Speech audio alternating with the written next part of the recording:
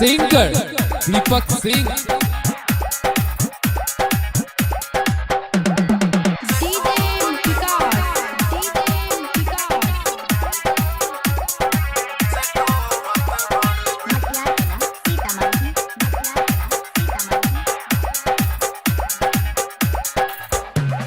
ना जाने कवन के रंगवा रगड़ुए सजिया के नदिया के पार तब ही से टोवत बड़ुए।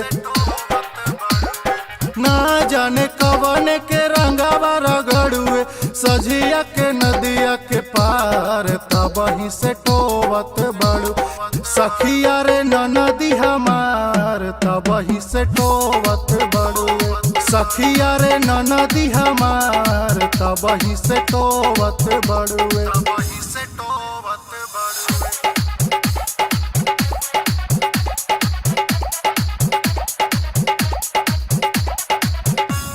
कि सजिया नाना दिया के ले तीरे आवत रहुए कि कौनो भाना को ना लागे ना लौकावत रहुए।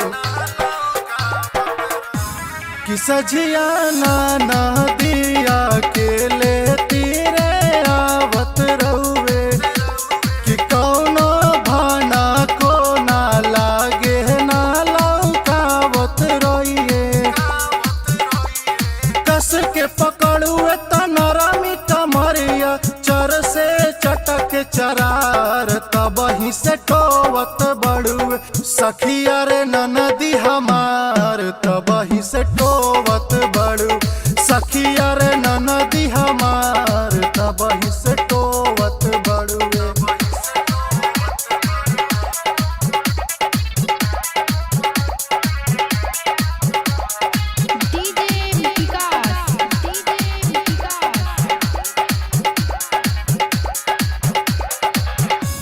कि दीपका झुराई के आड़े मुआना ताकत रहुए कि झट से अवते पांजा धरुए डेरा बावत रहुए। कि दीपका झुराई के आड़े मुआना ताकत रहुए कि झट से अवते पांजा धरुए कि सखिया रे नदी के 16 उमिरिया रोवतिया बड़ी चटकार तब ही से टोवत बड़ुए। सखिया रे नदी हमार तब ही से टोवत बड़ु। सखिया रे नदी हमार तब ही से टोवत बड़ुए। ना जाने कवन के रंगवा रगड़ुए सजिया के नदिया के पार तब ही से टोवत बड़ुए।